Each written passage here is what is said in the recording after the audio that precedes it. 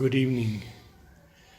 Today is the 5th of December, 2015, the day of Sri Aurobindo's Mahasamadhi. And we are continuing with our explorations in Savitri, Book 2, Canto 2, with Alok. But I would like to begin by speaking about this day. Today on our website, motherandSriAurobindo.in, we put Dr. Prabhat Sanyal's talk, Mother's urgent call to him to come to the ashram as quickly as possible. It was around the 1st of December. And he didn't have the easiest time getting here, but he made it. And he was to look after Sri Aurobindo. It's quite an article that he has written. And we know that when Sri Aurobindo left, he poured everything of himself into the mother. He once said to her that if one of us has to leave, it will be me because your body is stronger. So this is just a story,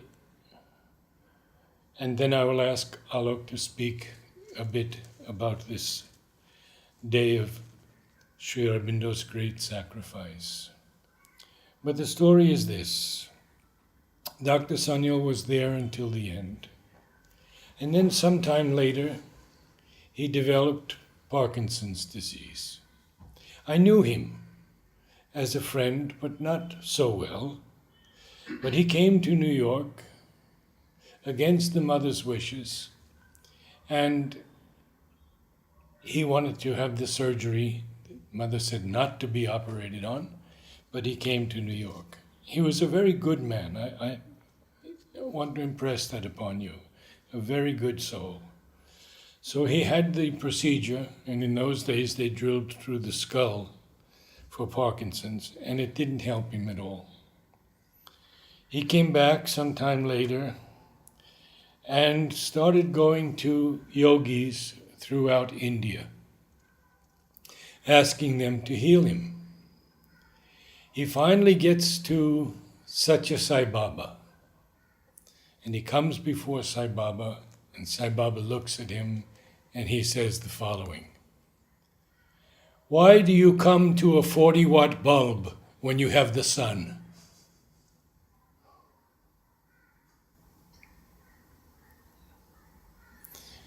Let's speak to us about Mahasamadhi. Many have written on it. Amal has written extensively on this day. You have written also. Savitri. Yes. Lo, it is finished. The dread, mysterious sacrifice of God's martyred body. It's a paradox. Yes.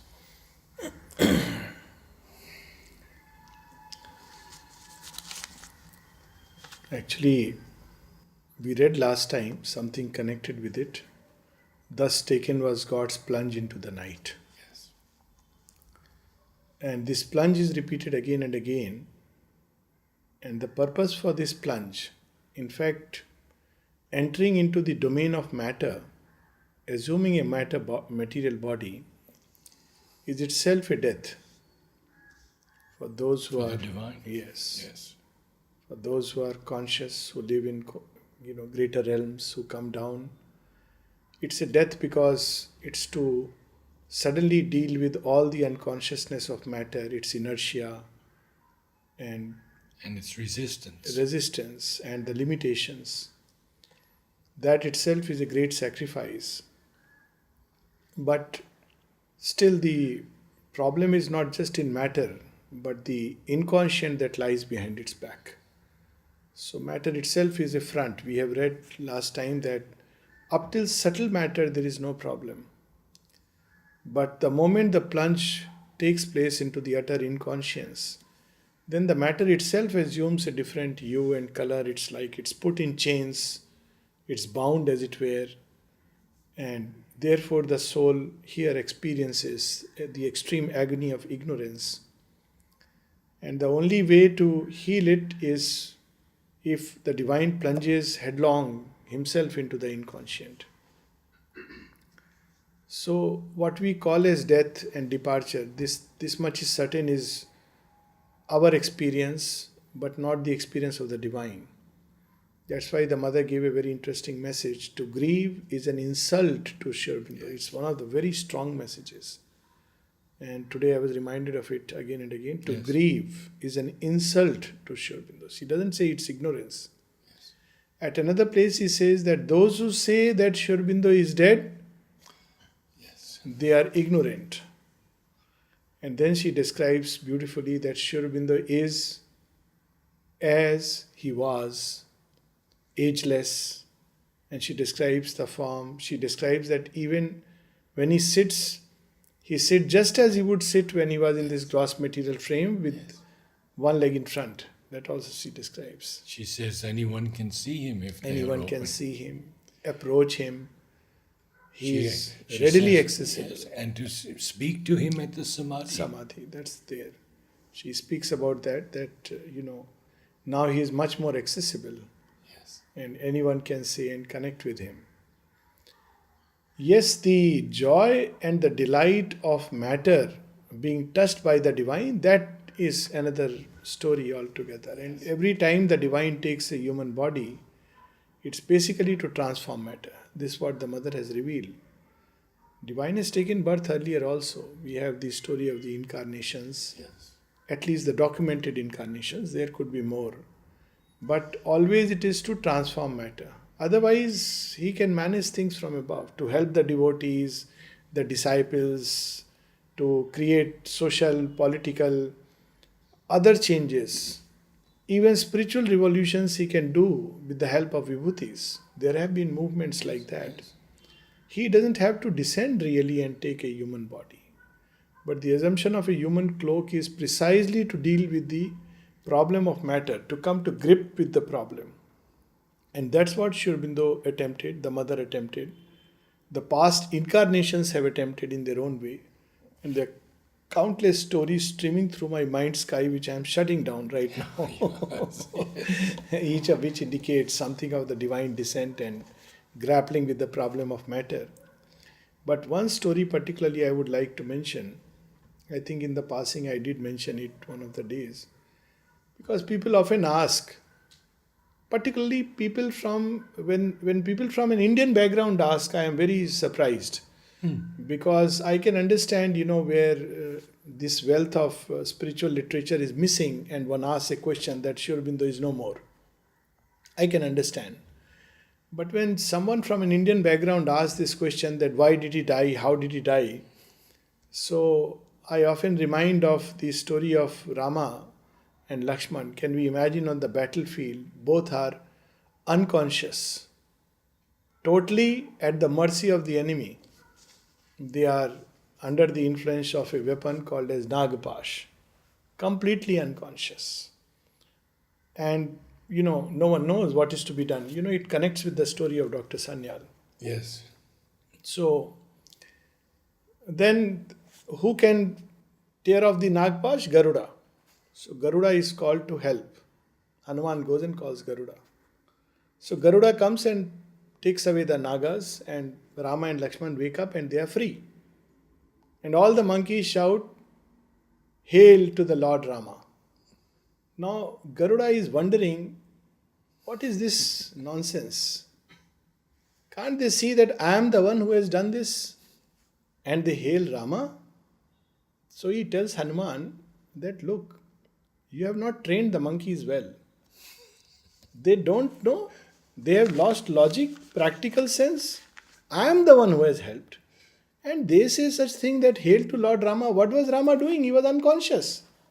So Hanuman tells him that you won't understand, Garuda. You have done your job. Good job. Go back. So he says he has also lost his head. And so he goes through worlds and asks the Trinity, and eventually, to cut the story short, he is told finally that, see, you ask Lord Vishnu because he is the one, your master, and probably he will only clear your doubt. But there is no doubt that the monkeys are right. Every god tells him this. That, it is no doubt the divine's victory.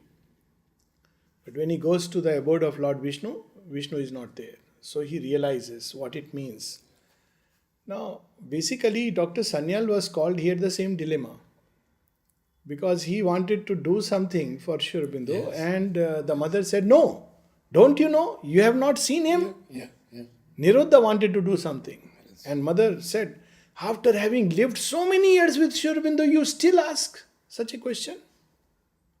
They wanted to do something medically. Yeah. This or that.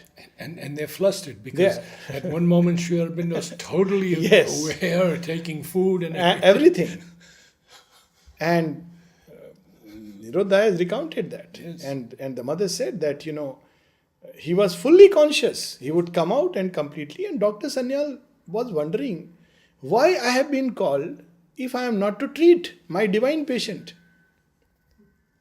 And later on, he discovers it. That it was a special grace given to him. Yes. To be there. So when, even when we are in the part of the larger scheme of things, given a small role, maybe even to be so-called, the divine can play at many things. He can play at being bound and somebody comes to heal. He's infinite. Everything is possible. And here he had not even been called to heal. In fact, he had doubt when he looked at Sri Aurobindo, and he recounts that how the mother touched his head and he suddenly saw the supramental light like a mantle covering. So beautiful, yes. So he has documented that in this call from Pondicherry. So the mystery of the divine incarnation, the mystery of his birth, the mystery of his departure, so-called departure, is no doubt one of the greatest mystery. And it's a puzzle we cannot solve in our limited state of consciousness. But what we can do, we must do, is to be grateful. Because if he did not do it, the riddle would remain a riddle. There would be no solution. No one can do it. And the millenniums might pass. Millenniums might pass. And eventually, he has to do it as the pioneer. The mother said that, "I don't want you all to do it. It's a very, very messy work, very difficult work. But my body has been given for this purpose. It has been built for this purpose." So, this is God's covenant with the night. This is the mystery. And thus alone can the night, or as he says, in death's sessions, repatriate immortality. So, this is how the change takes place. And the world will see the effects. Already we can see, the inconscient's tail beginning to slash because of the plunge which Sri Aurobindo has taken with that light right into it. And I must say, he's very much, to use the word conscious and alive is itself to bring down what Sri Aurobindo is. Mother said that he is keeping a complete watch over all the world events, over all that is happening at his ashram, in the world, in his disciples and devotees. But those who love him, who have the rare privilege of having love for him, they can feel him, see him, and he reveals himself to those. So this is in short, and we have this problem right here. It's very relevant that what is the real problem of this world and what is it that the divine wants to solve. Because another thing which people ask, that all that is fine, you people speak good, nice philosophy, but does the ashram have anything like free food, free hospital, free medicines? Is it sending blankets to those who are in Chennai? No, it doesn't do that. Why aren't they helping in the flood? What they give us is blanket of their protection and light. But man doesn't want that. Man wants food because he thinks it's by matter I live.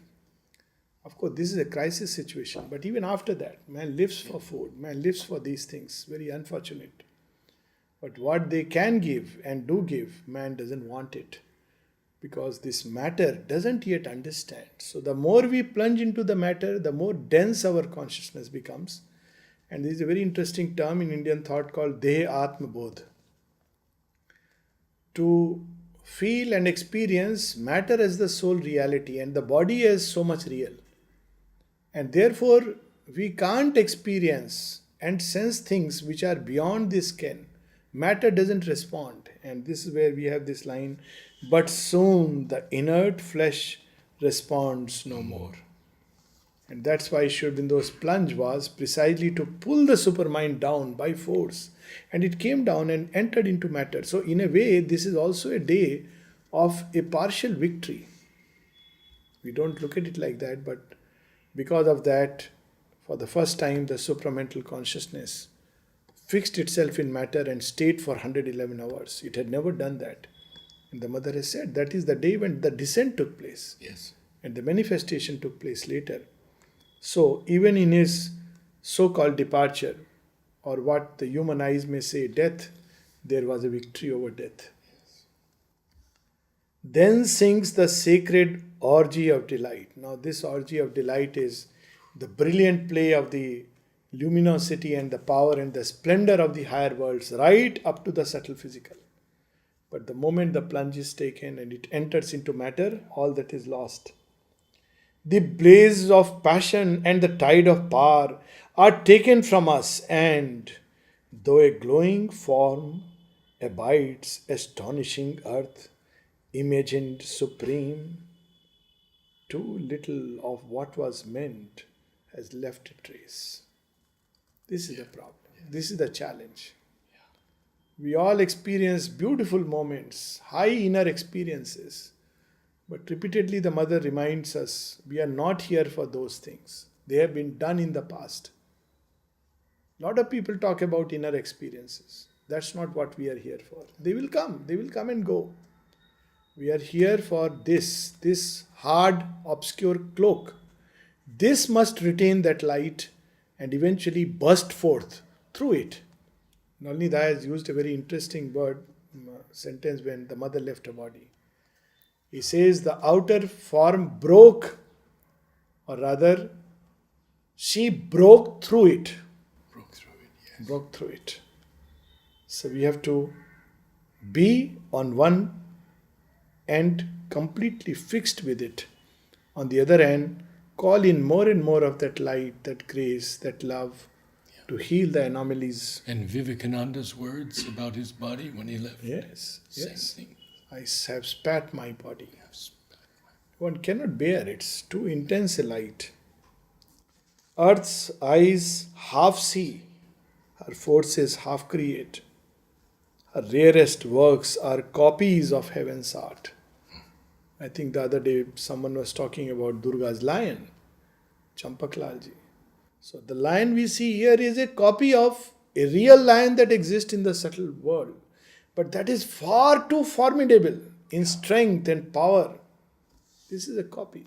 The mother said she always kept two with her. So there are, even the most creative busts, the Himalayan peaks. Yeah. What about the inner Himalayas? The inner peaks on which Shiva resides.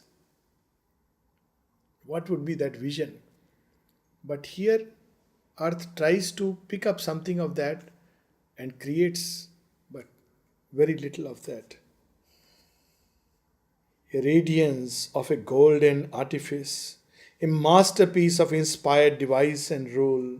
Her forms hide what they house, and only mime the unceased miracle of self-born shapes that live forever in the eternal gaze. Self-born shapes. Yes. Here, everything is shaped by all kinds of forces. We can't say that I can shape my body by my will, though to an extent our will does shape the body. And the mother speaks of it that even during conception, thoughts of the mother can shape it. Yes. We have a certain degree of power over this form, but it's a very limited power. Most of us do not even know it, and we cannot exercise it. We have lost it. But up till the subtle matter, we have self-born shapes. And she speaks about the supramental. that in that world, whatever your will is at that point of time, that shape you can take. You don't have to. Right now, we cannot. At the most, through the eyes and body language, some gestures, you can get some hint. But sometimes the hint can be very dubious. Someone may be sleeping and one may think he is meditating, because the signs may not be so obvious. Someone used to meditate a lot, and seemingly, and letter was written to Sri Aurobindo, oh, I wish I could meditate like him. He meditates so much. And Sri Aurobindo replied, yes, but on his wife. But outwardly it's a look-alike. But there is a true meditation where it reflects even on the very outer being. I think I mentioned once before that in addition to this self-born line, there are two other lines, one about mother and one about himself. Yes. A conscious frame was here, Yes. a self-born force, Yes. about mother. Yes. And then the other one is adept of the self-born unfailing lines. Yes. Absolutely. So both of them. Yes. And there are Self-born. stories like that when mother's balcony darshan would be there and people would see suddenly her body changing, suddenly she would grow tall and different shapes the body took. And the question was asked to Sri Aurobindo that how is it possible? Sri Aurobindo said, why not? Perfectly possible. The matter in her body is far more plastic and conscious to the touch. Far more plastic and conscious. And even with Sri Aurobindo, there is a beautiful story where story means Nirodha recount that he got up, Sri Aurobindo, and moved to the bookshelf. And suddenly Nirodha sees that his whole body has become transparent and he can see through the body onto the bookshelf. I have seen just a little bit of it, glimpsed it with Champaklal. I am sure some of us must have had the rare privilege to have had darshan of Champaklal. Amazing. I mean, it looked at that point of time that there is no body but just light, which is now taking a shape and now it is vanishing. And he would not allow people to touch his feet, but well, he did allow. I mean, we didn't know. We just, both myself and my wife, we bent and touched, and he did allow, and he blessed also. And that day our hunger and thirst, everything had gone. We were transported to a different state. What a body. He used to just wear a loincloth and sit. So I had a natural question. So I asked somebody, how does he travel? Because I had heard that he has traveled to various places. I said, he's terrible. How can he travel? I mean, it's so much luminosity. So then I was told that no. They know how to cover themselves up. So they veil. And Sri Aurobindo came through many, many veils. Still it was so difficult to keep that veil. Even through the matter, the radiance and the power was so much. People, darshan day.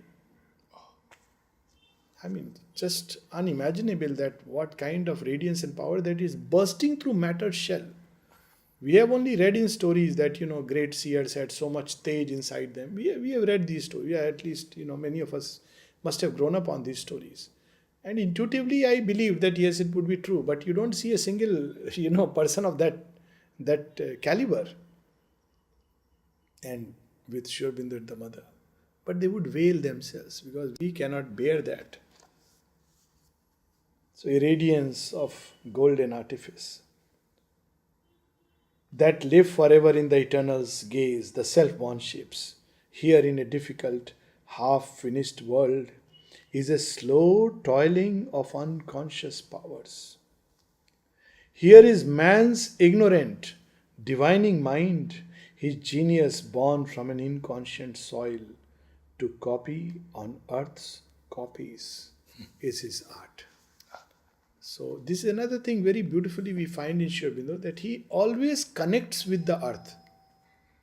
Even when he is describing something far beyond, suddenly he will, as if, bring us back to earth. And what is the difficulty? What is the problem? And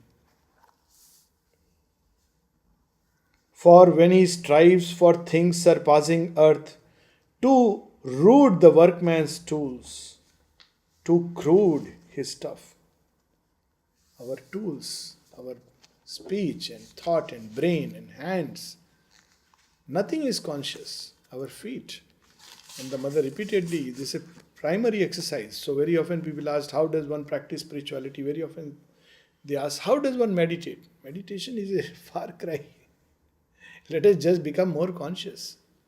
How she would make people so conscious. She said, if you have to pick up something, let's say 12 envelopes, you should be able to pick up without counting exactly the same. That's how your hand should be conscious. If you are playing the piano, if you are playing a game, at every moment there should be so much consciousness in the body itself. We are very far from that. So it's not just about meditation. That is an old yoga. It's inner experiences, meditation. It's in matter one has to become conscious. And I've seen it. I've seen it from, people often, oh, where are the yogis in the ashram? Because they are thinking of big names and people who would give big talks, etc. But each one in his own way is engaged in yoga. One of my first encounters, when I used to come and go, I used to love working in dining room with the washing section. And of course, there is always the pride that after all, I am a doctor. But, here pride and ego have no place. So you are hit very hard. So the boy who was next to me, I was obviously must be taking some great pride that, look, I am doing this work. And sattvic ego, that, and mother has her own ways. So the first thing he told me, looked at me and said, this is not how you do it. And nobody ever told me that. This is not how you do it. I said, what? He said, this is not how you hold the plates. This is not how you clean it. I said, acha, how do I clean it? So he put his hand down in the tub. Now I think they have a machine, but earlier, it used to. So he picked up 5 plates. I still remember the scene. It is impressed upon my mind's eye. And suddenly, these 5 plates were almost arranged in such a way that it looked like it's a Japanese fan. Those 5 steel plates. And then the way he worked, it's etched in my memory. It was a work of art. Yes. Nobody would know even his name. And I said, my God, how did you learn this? He said, no, that's how we do it. He didn't have I tried and tried, I have not succeeded. Uta told me this beautiful story, how they were teaching her to do the spoons properly. Yes. You had to wash a spoon in a certain way. But she always wanted to do dishes. Right. So she said to the man working with her, I want to do dishes. He said, yes, you could, but he said, when I do spoons, I'm not in the right consciousness. So much, and so many things that they have revealed. Brooming a floor, it should be done with so much consciousness, so much of. And that's why she says that the more, mother has said this, the more I grow, mother's words. She's not saying I have stopped growing. The more I grow, the more I realize that Sri Aurobindo's yoga is best done through works. Yes. All kinds of work. If one can put consciousness. So, but this is the problem because we have rude tools and crude stuff. And hardly with his heart's blood he achieves his transient house of the divine idea. His figure of a time in for the unborn. In. The unborn comes for a moment and rests and then goes away. It doesn't become his house. It should become his house. This is the greatest tragedy for earth, that the divine has to withdraw again and again because earth is not yet ready. Our being thrills with high, far memories and would bring down their dateless meanings here. But too divine for earthly nature's scheme. Beyond our reach, the eternal marvels blaze. So momentarily we glimpse. We cannot bring it here, fix it here. When we come back to the so-called mundane life, it's all back to mechanical, inconscient, inert way of doing everything. The mother says at one place, even walking rhythmically can be a means of yoga. Just the walk. I mean, what kind of consciousness is required? Beyond our reach, the eternal marvels blaze. Absolute they dwell, unborn, immutable, immaculate in the spirit's deathless air, immortal in a world of motionless time, and an unchanging muse of deep self space. This thing about immortals comes in several places, even in the secret knowledge. Yes. Above the world creators stand Yes. in their inviolate purity and light. Time stops there. So, we think long spaces of time. For them, it's just a moment, not even a moment, a fraction of a moment. We think, oh my God, centuries have passed, nothing has happened. So, wait, one moment. Next moment, things will happen. But that moment is for us another 1,000 years. Only when we have climbed above ourselves, a line of the transcendent meets our road and joins us to the timeless and the true.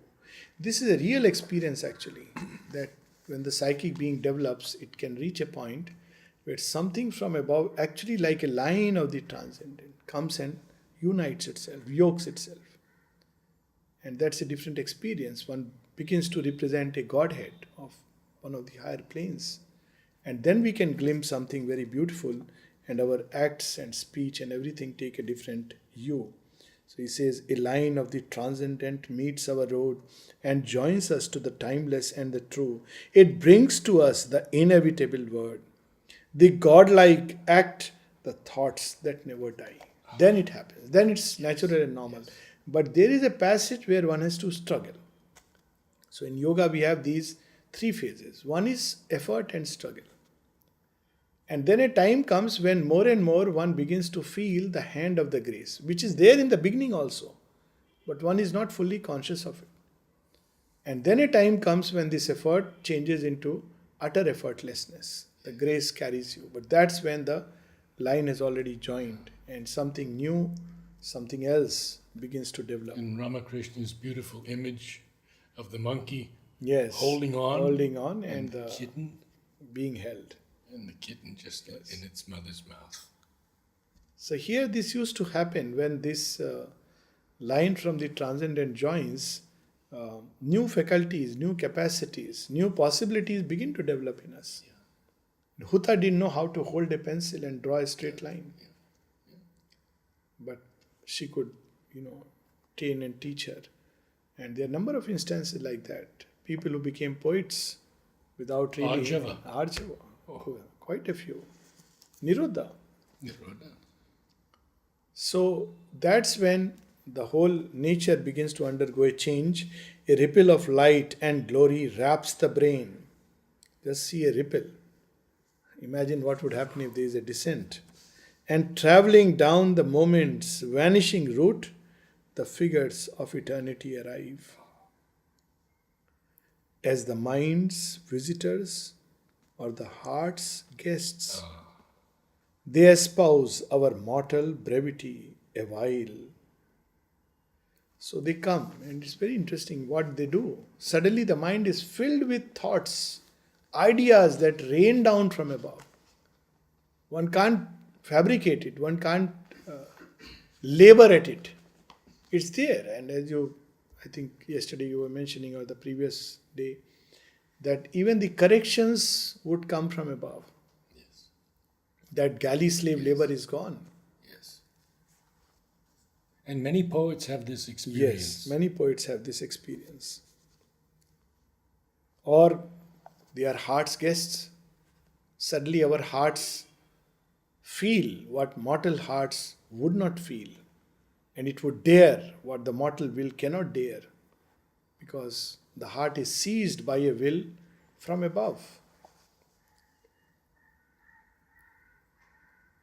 Or seldom in some rare delivering glimpse, are caught by our vision's delicate surmise, although beginnings only and first attempts. So, very often, people with these experiences can become yogis, gurus, demigods, saints, sages.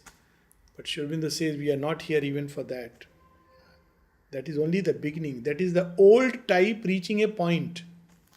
But the new type will be very different. The perfection of the old type, the highest was the hero, the saint, the sage, the seer. But that's not enough. They are glimpses. These glimpses itself are so powerful. Yes. They can completely change us. There is a reversal of consciousness. And of course, if one is a bit hot headed, then it's very dangerous too. Because, as the mother says, even if thou wouldst rain down on him intuition's rain, this in triple soul forces, man's ego, man's spiritual ego, would swell and he would sink under its weight. And we know the instances, how catastrophically people became gurus. Of course, there are gurus, mini gurus, big gurus, and market is flooded with gurus and gadgets. And, and the real guru must be having a good laugh. I bought an inexpensive cell phone and it's called Samsung Guru. That's my only guru outside of Mother Sri Aurobindo. There is a line of Tagore with regard to this kind of, self-glorification. These few glimpses and human beings believe, they are something. So there is a festival of Jagannath in Odisha where the everyday people go to the temple to have a glimpse of the deity. But one day the deity comes out to have a glimpse at the world. Surely why he goes back after one day is understandable, because the world is in a mess and nobody likes to see that. I'm sure that's why he doesn't stay. But that apart, so Tagore has written a poetry on it that as the deity comes out, everybody is, throwing himself at the road, prostrating before the deity. So he says, Path jane ami dev. The road is thinking, I am the Godhead. So they are going at the path. Roth jane ami dev. The chariot thinks I am the God, because they are bowing before me. Dev jane ami dev. The deity, the idol thinks I am God. They are bowing before me. And he ends with a punchline, Hase antaryami. The divine who dwells within takes a good laugh. These are glimpses. Yeah. That's why when mother came here, she says, for the first time I understood what they mean in India when they say renouncing your spiritual experiences. Even that has to be renounced. Sri Aurobindo in Pondicherry says, all that I experienced before coming here, now all that he experienced is no less formidable. I think that is enough to, for eternity his name would be there. All that I have experienced before coming to Pondicherry. That means the experience of, through pranayama, of the Advaita, infinite, the experience of the world mother in a small image, the experiences of In the jail. all kinds of subtle seeing, the Vasudevam Sarvamiti, the Nirvana consciousness, and the communication with the gods. All this he had experienced before coming to Pondicherry. And he says, all that I experienced before coming to Pondicherry were just but glimpses, preparatory movements. Now, who would speak of them as preparatory movements? But this, the spirit of this yoga, that one doesn't stop with these things. They are good, but that's not what it is. So he speaks of that. These glimmerings point to the secret of our birth. Although beginnings only and first attempts, these glimmerings point to the secret of our birth and the hidden miracle of our destiny. And now he lifts us. Now he lives. What we are there and here on earth shall be is imaged in a contact and a call. That seals the moment. If once the heart has responded to the mother's love and call, the rest is history. Yes. Let time resist let all the forces wage a war against.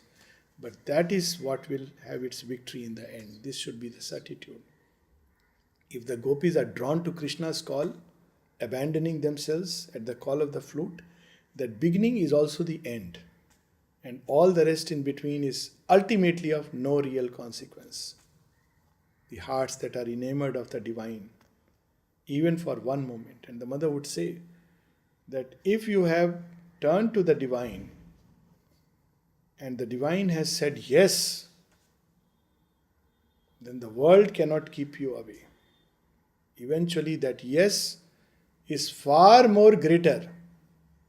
It outweighs the entire world and all its movement. There would be complexities will come, life will take this or that turn tossed upon, but that yes will eventually prevail. So these are glimmerings. It points to our origin and what we shall be. So in the origin, we are also shown the close. Yes. So it's amazing and gives so much hope. Is imaged in a contact and a call. As yet, last few lines, as yet earth's imperfection is our sphere. Our nature's glass shows not our real self. That greatness still abides, held back within. We see outward things and we judge by outward things.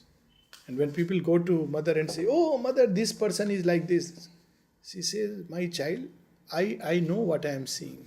And then she would say, I always look towards beauty, towards light, towards truth. She would see in the depths what the person is and not what the person appears. We see only externalities, but there is something in the depth which she has seen.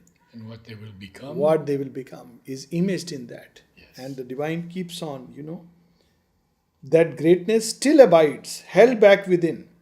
Who knew that inside the mound of white ants, inside the heart of a crude robber who would lay people on the highway, there was the heart of a poet who would one day write the epic of Ramayana. Who would know it? And that's what is our reality. It's a story which works at so many levels. And that's what we have to remember. That greatness still abides, held back within. Earth's doubting future hides our heritage. Looking at a caterpillar, who would think of a butterfly? Looking at the dust below our feet, who could have imagined a man, a hero, a sage, born out of this dust? As Sri Aurobindo says in the Life Divine, if there was an eternal witness in the beginning, he would have wondered that what are you planning to make out of this dust? And God would say, wait and see. So this is the marvel. The light now distant shall grow native here. The strength that visits us, our comrade power, the ineffable shall find a secret voice. The imperishable burn through matter's screen, making this mortal body Godhead's robe. This is the mystery of 5th December. Yes. The spirit shall burn through matter's cloak and making this body. See, these lines so beautifully describe what happened on 5th December in a very another way. The imperishable burn through matter's screen. It cannot hold that growing tej, that light which is descending. Sri Aurobindo was constantly pulling the supramental. That's what he was engaged in. So much so that even for Savitri, the only work which he took interest still was Savitri. Otherwise, he would not give importance to anything else. No. Because he was pulling that light. And eventually what happens? It burns through matter's cloak. The imperishable burn through matter's screen, making this mortal body Godhead's robe. And that's what we witnessed on the 5th of December, 1950. 2 more lines. Yes, 2 more lines. The Spirit's greatness is our timeless source, and it shall be our crown in endless time. This is the logic of transformation. Because from the light we come, and to the light we go. Savitri.